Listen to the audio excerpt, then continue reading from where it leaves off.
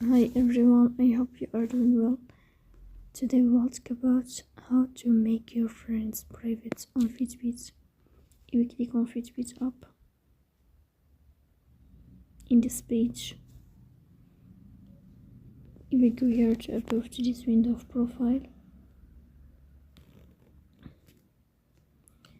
Then we click on Fitbit settings.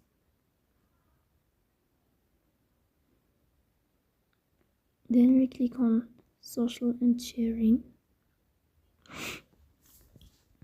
Here we go to privacy. Then we click on your friends. And here you can click in this sign of private to make your friends private on Fitbit. So that's all. Don't forget to support us by like and subscribe.